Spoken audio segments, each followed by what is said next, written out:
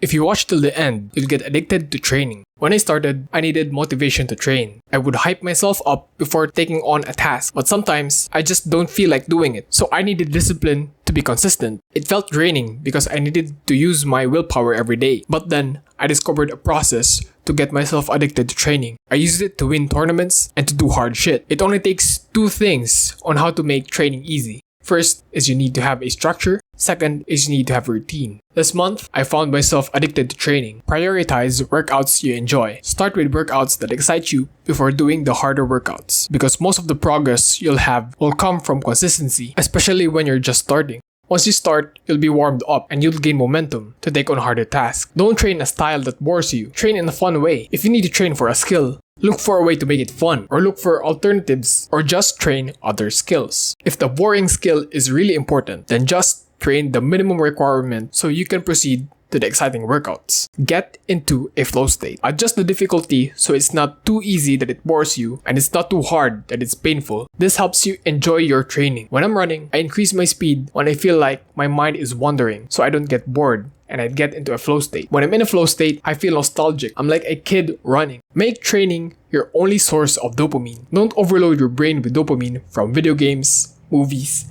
and lust. If your only source of dopamine is training, then you'll crave training when you get bored, because dopamine is the reward chemical. If you always reward yourself cheaply without putting in the work, you lose motivation to train, and you'll be reinforcing your laziness because you're already rewarded for doing nothing. You need to limit your dopamine. Here are more ways to limit cheap dopamine releases. Avoid sugar, TikTok, social media, Netflix and chill, or anything that induces dopamine cheaply without you needing to put in the work to earn it. Make it harder to do bad habits. You need to increase the difficulty and increase the steps in doing the bad habits. And you need to make the good habits easier, more achievable, and more accessible. An example when it comes to bad habits, adding social media blockers. An example when it comes to good habits is putting your gym bag in front of your door. Focus on recovery. Sore muscles aren't fun to train with. You need to take recovery seriously. Prioritize sleep and avoid overtraining.